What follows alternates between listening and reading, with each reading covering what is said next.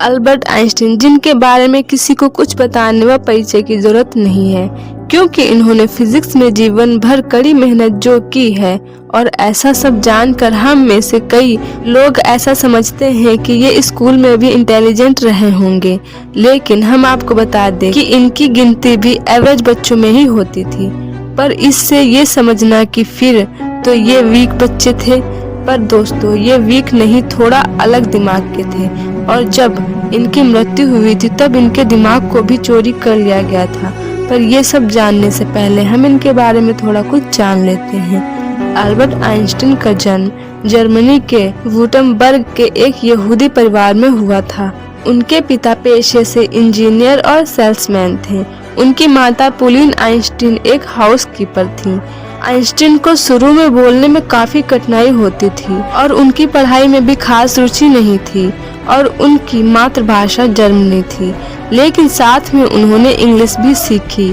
और जब आइंस्टीन का जन्म हुआ था तब उनके डॉक्टर का कहना था कि उनका सर सामान्य बच्चों से काफी बड़ा था और वे एक असामान्य बच्चे के रूप में जन्मे थे।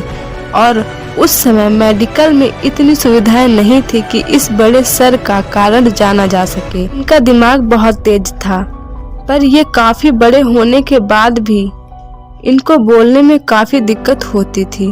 और एक आम बच्चा 1 या 2 साल में बोलना सीख जाता है और उनके मम्मी पापा इस बात से बहुत परेशान रहा करते थे।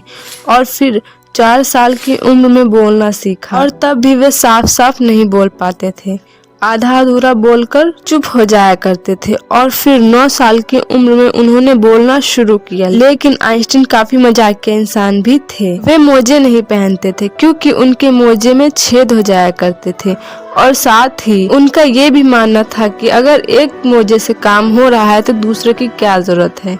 और कई बार पार्टी में भी वे मोजे पहने बिना ही चले जाया करते थे। एक बार वे ऑक्सफोर्ड लेक्चर में भी ऐसे ही चले गए थे, लेकिन वहाँ स्टूडेंट्स का ध्यान उनके पैरों से ज्यादा उनके बालों की तरफ था, क्योंकि आइंस्टीन को बाल कटवाना भी बिल्कुल अच्छा नहीं लगता था। और इतने तेज दिमाग होने पर भी इनकी याददाश्त बहुत कमजोर होती थी। डेट, डे, फोन नंबर ये सब कुछ भी नहीं याद रहता था। और वे पढ़ाई में इतने कमजोर थे कि उनके साथ के स्टूडेंट्स उन्हें मंदबुद्धि कहा करते थे। और तो और उनके टीचर भी उन्हें पसंद नहीं करते थे, क्योंकि वो सिर्फ साइंस और मैथ्स में ही पास होते थे, बाकी सारे सब्जेक्ट में वे फेल हो जाया करते थे। उनको बचपन से ही किताबी ज्ञान में कोई रुचि नहीं थी, लेकिन फिर भी उन्होंने जीवन भर फिजिक्स में खूब काम किया। अब चलिए उनका दिमाग कैसे चोरी हुआ, क्यों चोरी हुआ और किसने किया, इस बारे में हम बहुत ही अच्छे से जानते हैं। 18 अप्रैल 1955 को अल्बर्ट आइंस्टीन जी की मृत्यु हो गई थी और मौत के बाद डॉक्टर थॉमस स्टॉर्टल्ज हार्वे ने उनका दिमाग चुरा लिया था और किसी को भी इस बारे में कानो कान खबर नहीं हुई थी।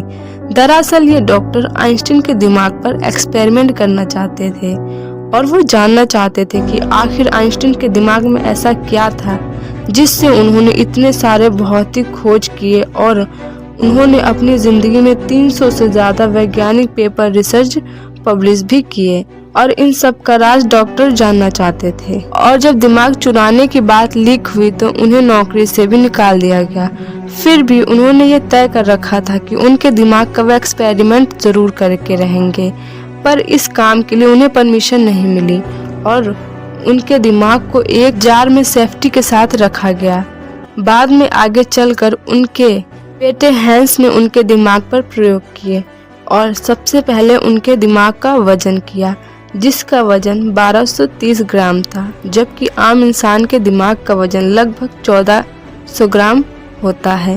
फिर उनके दिमाग के 240 सैंपल कई वैज्ञानिकों के पास उन्होंने भेजे और उन सब के प्रयोगों के बाद यह पाया गया कि उनके दिमाग में आम इंसान के दिमाग से कहीं ज्यादा सेल्स की गिनती हुई है। और आइंस्टीन के दिमाग के सेरेब्रल कॉर्टेक्स वाला हिस्सा एक आम इंसान के दिमाग के मुकाबले बहुत अलग था और यह सेरेब्रल कॉर्टेक्स वाला हिस्सा मानव दिमाग का सबसे महत्वपूर्ण और जटिल हिस्सा होता है।